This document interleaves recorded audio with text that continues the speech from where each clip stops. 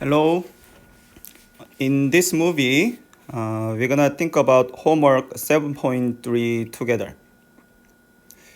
So this is an exercise about the screening model of settlement we studied. So let's think about homework 7.3 together. Now X expected judgment at trial can be one of four values.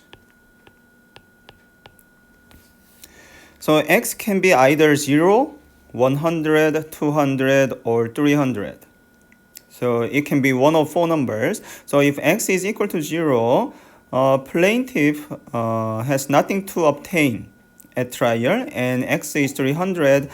This is a really big case. And now, let's assume, this time let's assume dependent knows exact value of X. So dependent knows, so if, for example, if X is 100, dependent knows X is 100, but plaintiff does not know it. So instead, plaintiff only knows that, so plaintiff only knows probabilities. So plaintiff only knows probabilities. And in particular, in this example, plaintiff thinks that x is equal to 0 with probability 1/4, x is equal to 100 with probability 1/4, and so on. So dependent knows the exact value of x, but plaintiff thinks that x is either one of these four values with equal probability. And in this case, now let's suppose this time plaintiff makes offer. So plaintiff is going to make an offer. So here this time if plaintiff says S, let's say 150, it means that plaintiff demands $150 from defendant, and if defendant agrees, then dependent pays 150 and that's it. They don't go to trial. Otherwise, if dependent rejects, then they go to trial. So you can imagine that this is an opposite case of what we studied in section 7.2, but it is exactly the same screening model. So in section 7.2, we studied where plaintiff knows the exact value of X, but dependent doesn't know it. Dependent only knows probability. But in this example, now it's opposite. So dependent knows the exact value of X, and plaintiff knows probability. And plaintiff makes an offer. So here, as you can see, in screening model, the party who makes a settlement offer is the party without information. So in the screening model of settlement, the party without information makes a settlement offer. So that's how the screening model works. And the case where the party who has information makes a settlement offer, this case is going to be studied later. So we're going to focus here on screening model. And in this example, we also assume plaintiff's litigation cost is 20, dependent's litigation cost is 30, and for simplicity, we assume discount factor is equal to 1. So if discount factor is equal to 1, then future payoff is just equal to present value. Okay, so let's think about what's gonna happen here. So first of all, we're gonna think about how much plaintiff will demand from defendant.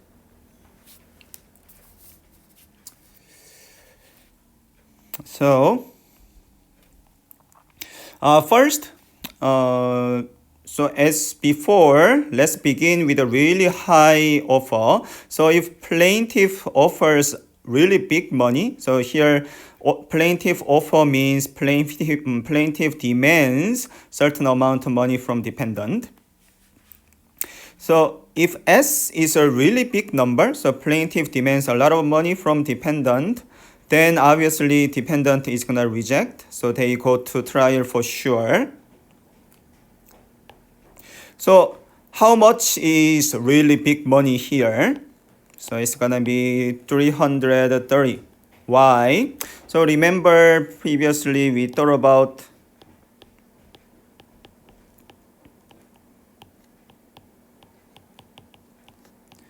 so in section 7.2 we thought about this.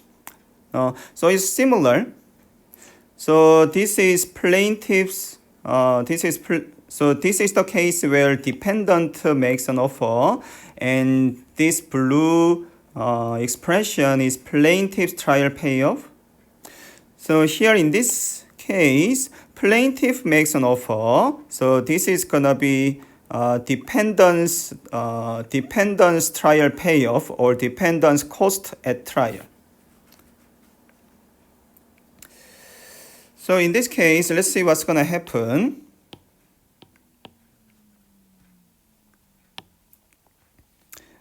So suppose plaintiff demands more than $330, then let's see what's gonna happen.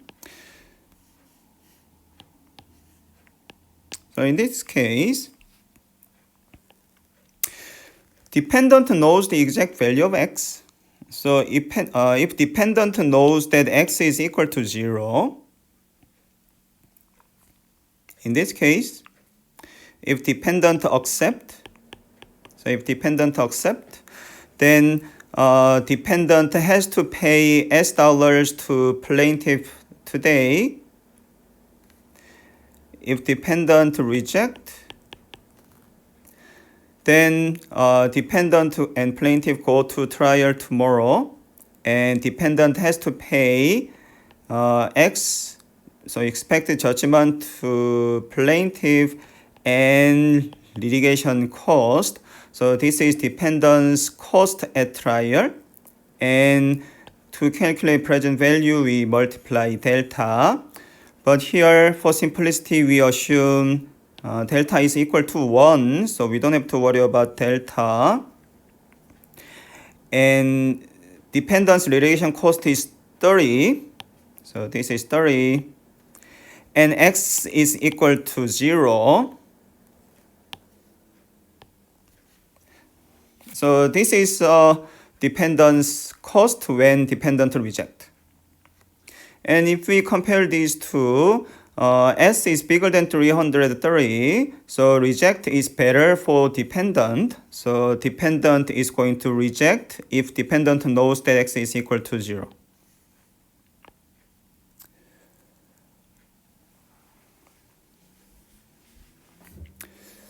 Okay, so similarly, if X is equal to 100, if defendant accept, he has to pay S dollars, reject, then go to trial, and defendant has to pay 100 to plaintiff and litigation cost.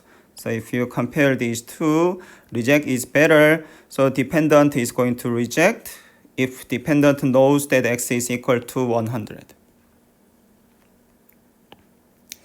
Defendant knows that X is equal to 200. Similar, you can do similar calculation. So defendant is going to reject. Defendant knows that X is 300, also reject. So you can do similar calculation here. So it turns out defendant always reject. So defendant always reject here. So this means if plaintiff demands more than 330, so plaintiff is going to choose settlement S, and if S is bigger than 330, then we can see that defendant always reject, so plaintiff always go to trial. So therefore, let's think about plaintiff's payoff. So plaintiff payoff is So we can calculate plaintiff's payoff as x minus CP, and we don't have to worry about delta because delta is equal to 1. So if x is equal to 0, then plaintiff's payoff is 0 minus 20. X is equal to 100, then 100 minus 20. X is equal to 200, then 200 minus 20. And x is equal to 300, then 300 minus 20. Therefore, plaintiff's payoff is minus 20 with probability 1/4, 80 with probability 1/4, 180 with probability 1/4, and 280 with probability 1/4.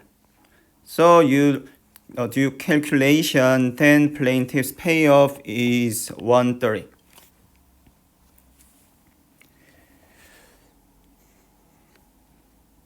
So let's say this is number 1. So if plaintiff demands more than 330 from dependent, then it turns out that dependent always reject. And in this case, plaintiff's payoff is equal to 130.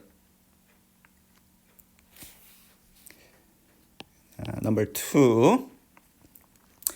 Now let's think about slightly lower demand.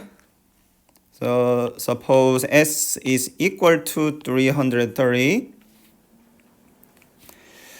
So plaintiff demands $330 from dependent. Then what does dependent want to do? If dependent knows that X is equal to 0, if dependent accept, then dependent has to pay S dollars to plaintiff right away, and they don't go to trial. If dependent reject, then they go to trial tomorrow, and dependent pays X dollars to plaintiff and litigation cost, and we multiply delta, but delta is equal to 1, so we don't have to worry about this. And CD is equal to 30. And X is equal to 0. So if you compare these two, in this case, reject is better for dependent because cost is lower. So X is 100, you can do similar calculation. So dependent is gonna reject. X is 200, you can do similar calculation, and dependent is gonna reject. And when X is 300, if dependent accept, then pays S dollars to plaintiff right away. If reject, go to trial tomorrow and give 300 to plaintiff and pay litigation cost $30. And we multiply delta equal to 1, so no change. If you compare these two, they are the same, so indifferent. So let's assume dependent is going to accept.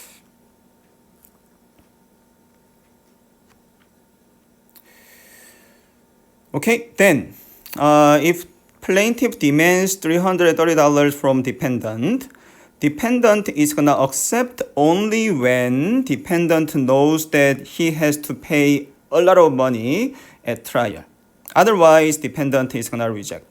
Because for dependent, it's better to go to trial and pay less money than settlement 330. Then in this case, what is plaintiff's payoff?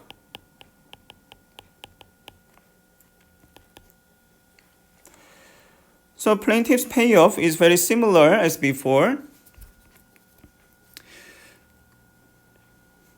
So if X is equal to 0,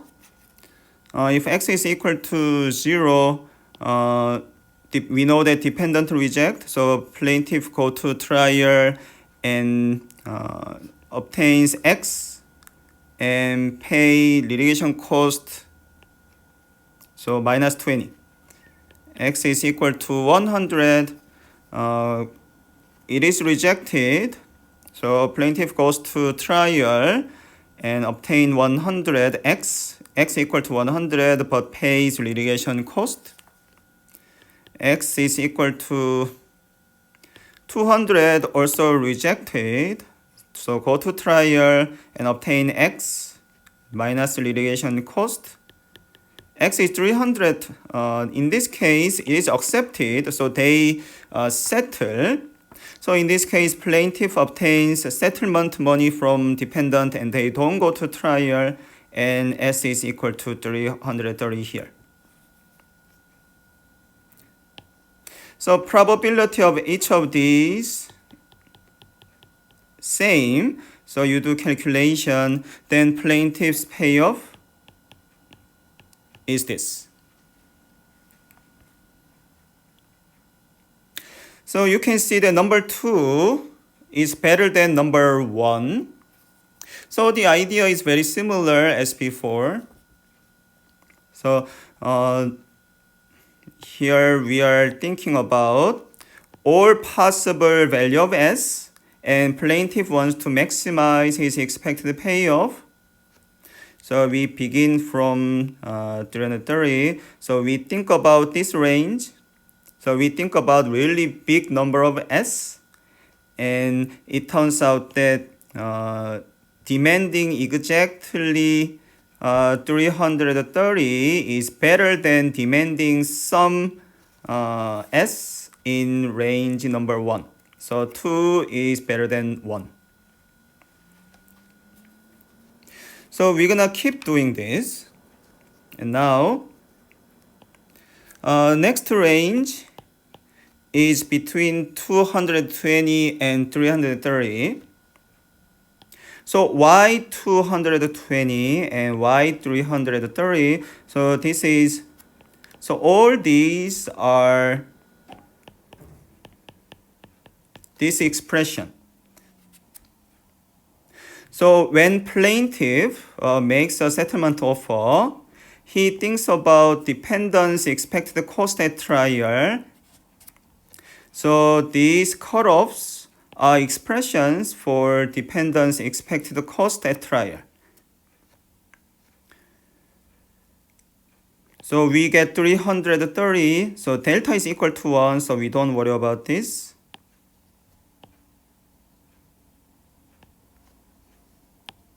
And CD is equal to 30. So CD is equal to 30.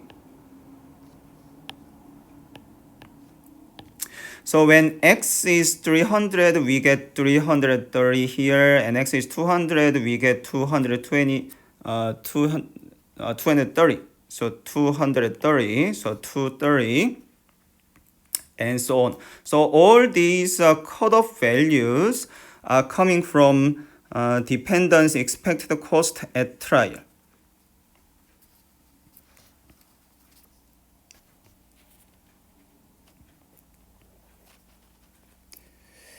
And in particular, so in the y-axis, we can express plaintiff's expected payoff. So we can, in the x-axis, we have S, so plaintiff's settlement offer, and y-axis, we have plaintiff's expected payoff. Then we can draw pictures. So in this range, in number 1, when S is bigger than 330, we can see that plaintiff's expected payoff is 130.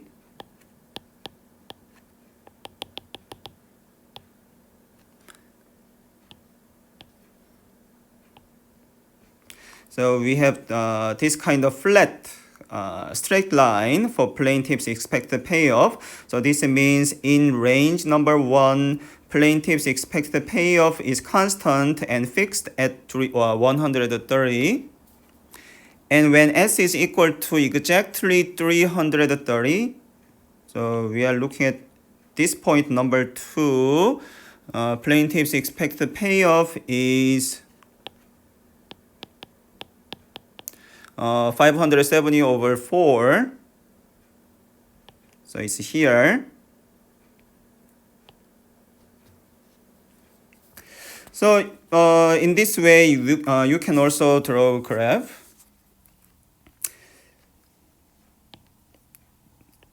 Now, what about this range? So number 3. So what if plaintiff's settlement offer is some amount in range number 3?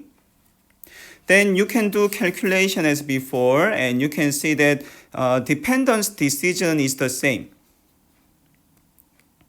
So dependence decision is the same in that case. So dependent decision is the same in that case, and so in area number 3, dependence decision is the same as in number 2, and the only change is here. So the only change is here. So because S is getting lower, so now in area number 3, S is less than 330. Now S is lower than 330, so this number is getting smaller. So if you follow this calculation, then plaintiff's expected payoff is gonna be lower than this number. So it's gonna be getting lower as S gets lowered. So in this graph, it's gonna be something like this.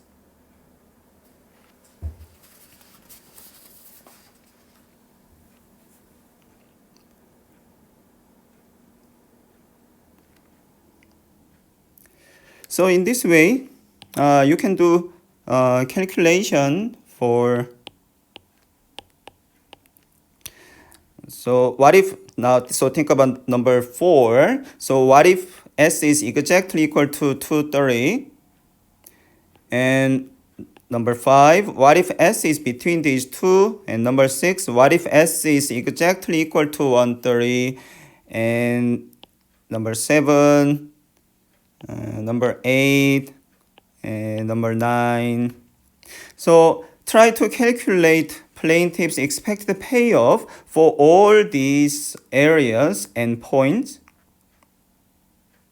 Then eventually you can see that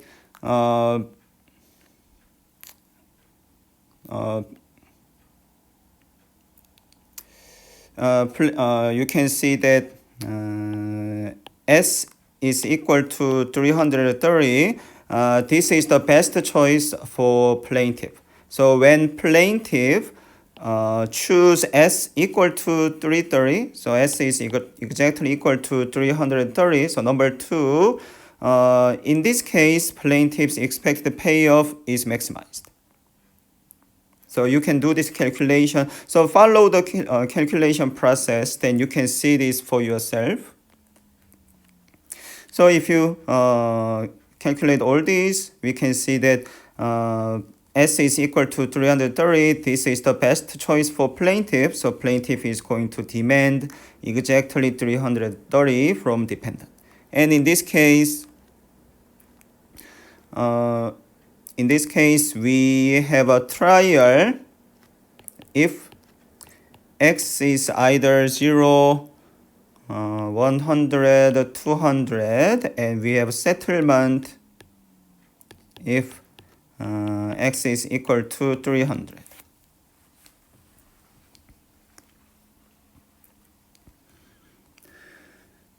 So in this case, plaintiff demands 330. So it's quite high.